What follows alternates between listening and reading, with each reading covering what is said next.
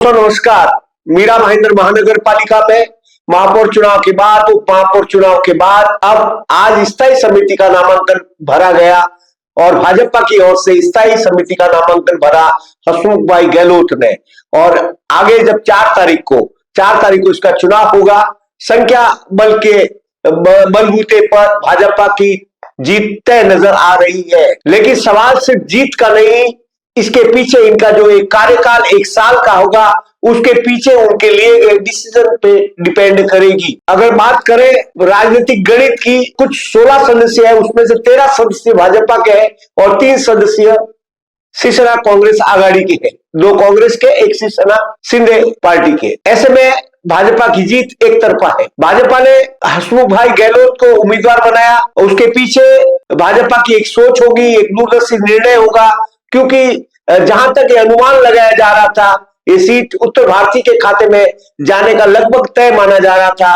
लेकिन कुछ घंटों में लास्ट मोमेंट पर ये नाम जो हसमुख भाई गहलोत का सामने आया, उसके पीछे भाजपा की अपनी एक रणनीति होगी। वैसे हसमुख गहलोत के बारे में कहा जा सकता है और कहा जाता है कि वो भाजपा के संकट मोचक है और भाजपा विधायक नरेंद्र मेहता के काफी करीब है। किसी भी महानगर पालिका में स्टैंडिंग कमेटी, स्थायी समिति का बहुत बड़ा रोल होता है, जहां करोड़ों के प्रस्ताव पास किए जाते हैं, जहां साल भर का बजट, सालाना बजट पास किया जाता है और वहां तर्क वितर्क होता है। और आज की तारीख में इस स्टैंडिंग कमेटी में भाजपा कुल 16 सदस्य है, उसमें भाजपा के 13 है और 3 विकास आघाड़ी के, 2 कांग्रेस के, 1 शिवसेना शिंदे का है।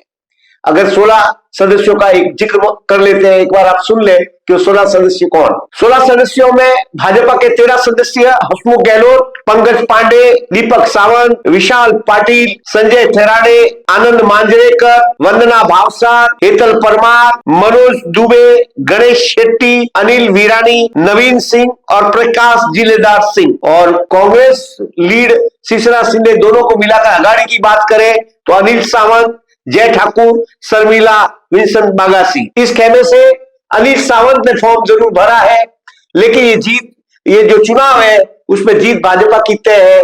और अगला जो स्थायी समिति सभापति है वो हसमुख गहलोत है। जब बहुमत इतना स्पष्ट हो तो 2 बातें सामने होती है जो अति महत्वपूर्ण है: निर्णयों की गति और निर्णयों की पारदर्शिता। बहुमत के फैसले भले ही आसान हो, लेकिन जवाबदेही की कसौटी भी उतनी ही मजबूत हो जाती है।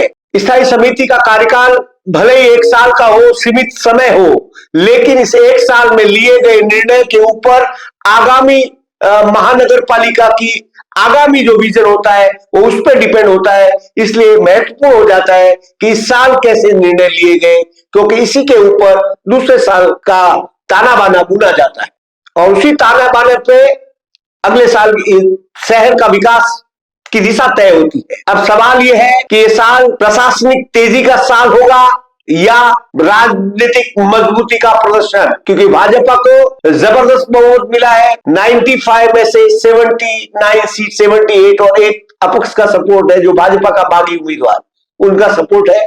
और वहां जो विपक्ष की बात करें तो उनका संख्या बल सीमित 16 तक है। विपक्ष का संख्या बल भले ही कम हो, भले ही 16 हो, लेकिन उस लोकतंत्र में उनकी उपस्थिति बहुत जरूरी है। अब ये देखना होगा इस सीमित संख्या बल के बदौलत भी स्टैंडिंग कमेटी में विपक्ष का रोल क्या रहता है, विपक्ष चर्चा में किस ढंग से भाग लेता है, ये बहुत बड़ी बात होगी। और उनकी जिम्मेदारी और जवाबदेही स्थायी समिति की मीटिंग, आगे जब मीटिंगें होगी हर महीने में 3-4 मीटिंगें, जब भी वीकली, तब ये सब सामने आएगा।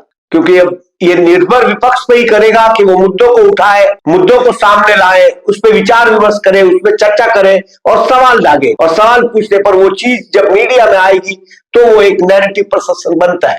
फिलहाल राजनीतिक गणित स्पष्ट है, लेकिन इस राजनीतिक गणित के पीछे जनता की नजर सिर्फ पद पर नहीं है, उसके द्वारा लिए गए फैसलों पर है। तो जनता ये देखेगी कि स्टैंडिंग कमेटी कैसे फैसले लेती है शहर के हित में। आफ्टर ऑल स्थायी समिति का मतलब ही है शहर का भविष्य। उसके लिए गए निर्णय शहर के भविष्य से जुड़े हुए होते हैं, चाहे वो बजट हो, चाहे वो और कोई भी परियोजना हो, क्योंकि आफ्टर ऑल मंजूरी स्टैंडिंग कमेटी से ही मिलती है करोड़ों की योजनाओं के टेंडर की।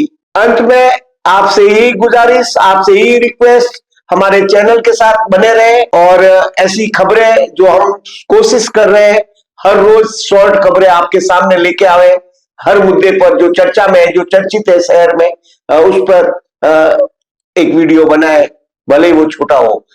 और आज आपसे यही गुजारिश कि अगर ये चैनल आपको पसंद आए तो सब्सक्राइब करें, अगर वीडियो पसंद आए तो उसे लाइक करें और हो सके तो इसको अपने दोस्तों के बीच व्हाट्सएप पे वगैरह शेयर भी करें, ताकि हमारे इस नए चैनल को मजबूती मिले और हमें नया वीडियो बनाने में हमारा मार्गदर्शन हो।